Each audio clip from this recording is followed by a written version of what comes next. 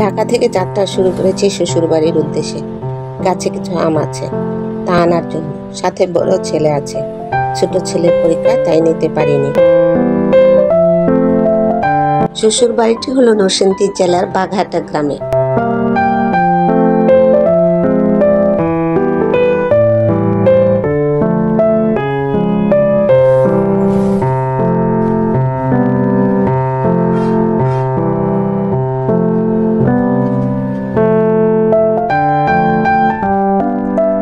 ইনি হলেন আমার চাচার শ্বশুর, আমরা ডাকি শেরু কাকা। বাড়িতে মুরব্বী বলতে তিনিই আছেন। আমার শ্বশুর মারা গিয়েছে 2008 সালের 26শে আগস্ট। শাশুড়ি মারা গিয়েছে 20 সালে।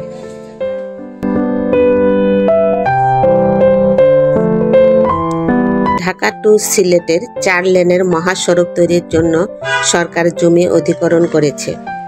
আমার শ্বশুর বাড়ির প্রায় সবটাই অধিগ্রহণ করেছে সরকার। আমার দেবরের বাড়িটা শুধু আছে। কত স্বপ্ন আর কত আশা নিয়ে এ বাড়িতে পা রেখেছিলাম সেই 2004 সালে।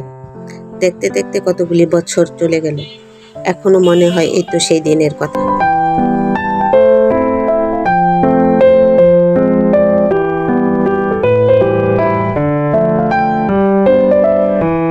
এখান থেকে শুরু করে ওই যে দেখা যাচ্ছে একদম শেষ প্রান্ত পর্যন্ত, শেষ বাড়িটা পর্যন্ত আমাদের অংশ।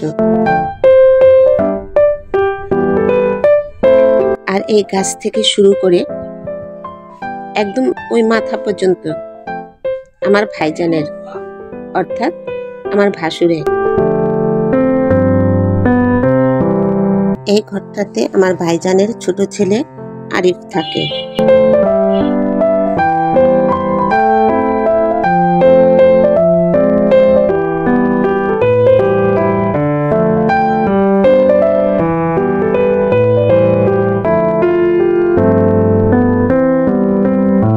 আর এই ঘরটাতে বড় ছেলে শরীফ থাকে। এই ঘর পর্যন্তই আমার ভাইজানের অংশ। এই বাউন্ডারি থেকে শুরু হয়েছে আমার বড় দেবরের অংশ।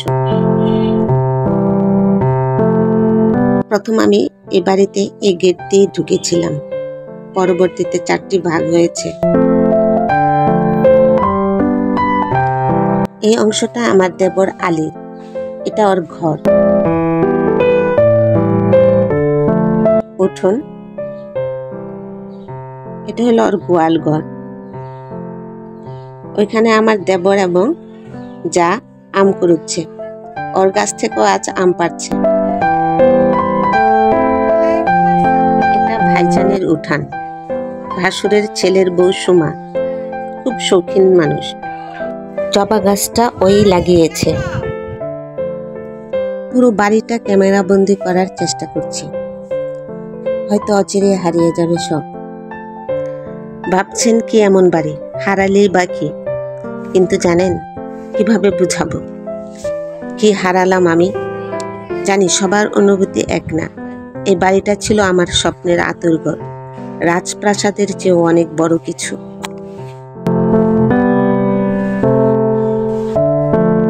এই যে দেখেন স্বর্গসুখের ভান্ডার, আমার নাতি নাতনির দল, সবাই এখানে নেই। ভাইজানের মেয়ে রানীর ছেলে ইসাম, আর তানিয়ার মেয়ে সুভা, আমার নাতনি আর নাতি।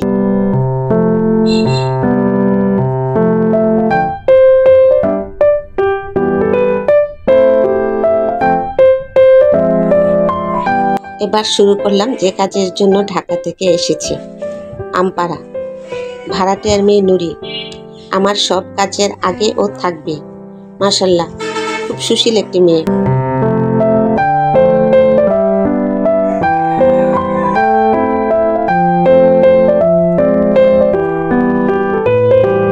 আমার ছেলে তো অল্পতেই কাহিল আম পাড়তে গিয়ে।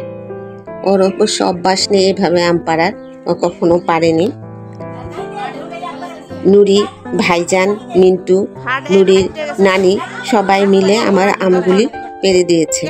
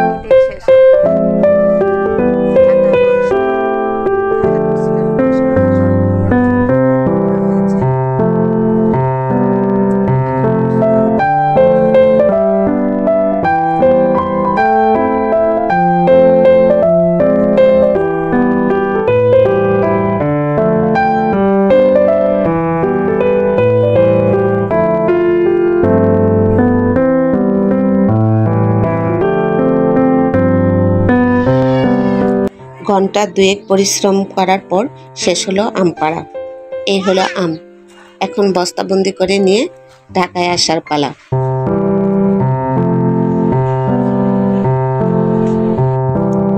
আমগুলোকে খুলে ঠান্ডা হতে ফ্লোরে ছড়িয়ে দিলাম। অনেকক্ষণ বন্দি হয়েছিল বস্তাতে, বাসে অনেক গরম ছিল, তাই ভাবলাম আমগুলি আগে ঠান্ডা করে নিই, তারপরে গুছাবো।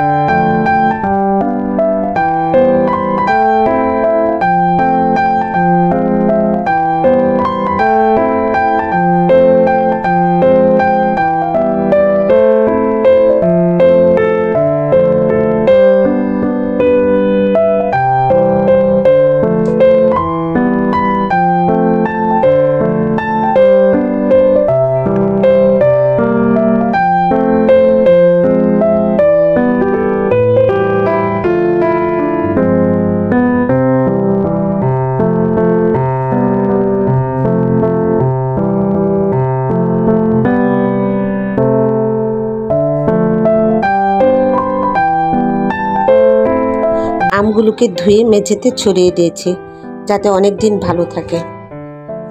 অসংখ্য ধন্যবাদ এতক্ষণ আমার সাথে থাকার জন্য। সবাই ভালো থাকবেন, দোয়া করবেন।